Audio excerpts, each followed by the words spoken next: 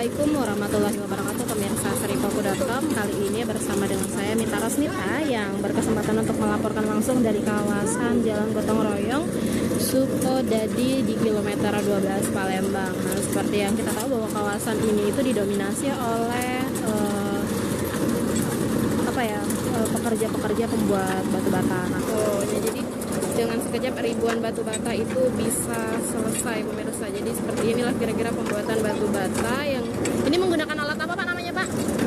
Molen batu. Molen batu. Jadi tanahnya dimasukin ke situ terus keluarnya lewat sini ya Pak ya? Iya. Amit Pak, mau lihat Pak? Iya. Pemirsa. Minggir, jangan nyamuk. Jadi pemirsa seripaku.com, jadi inilah proses pembuatan batu bata yang ada di Jalan Gotong Royong di Kelurahan Sukodadi, kilometer 12 Kota Palembang. Jadi dengan menggunakan alat ini, ribuan batu bata atau tanah liat yang diproses untuk membuat batu bata itu bisa diselesaikan dengan sekejap, pemirsa tuh. Pak, ini kalau yang hancur kayak ini dibalikin lagi Pak? Iya, digiling lagi.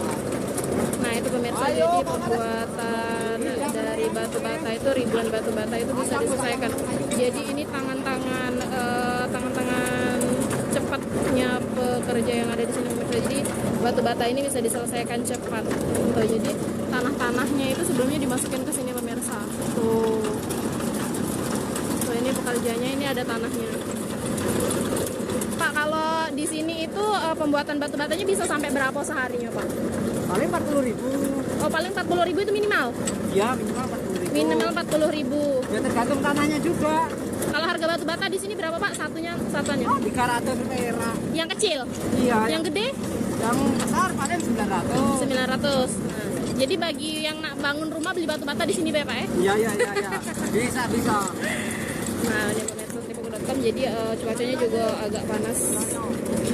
Kasihan. Jadi ini panasnya pemirsa. Semangat buat Bapak pencetak. Nah, semangat buat Bapak pencetak bata. Atau ada yang nonton Pak, katanya semangat katanya. Ini bapaknya sampai keringetan.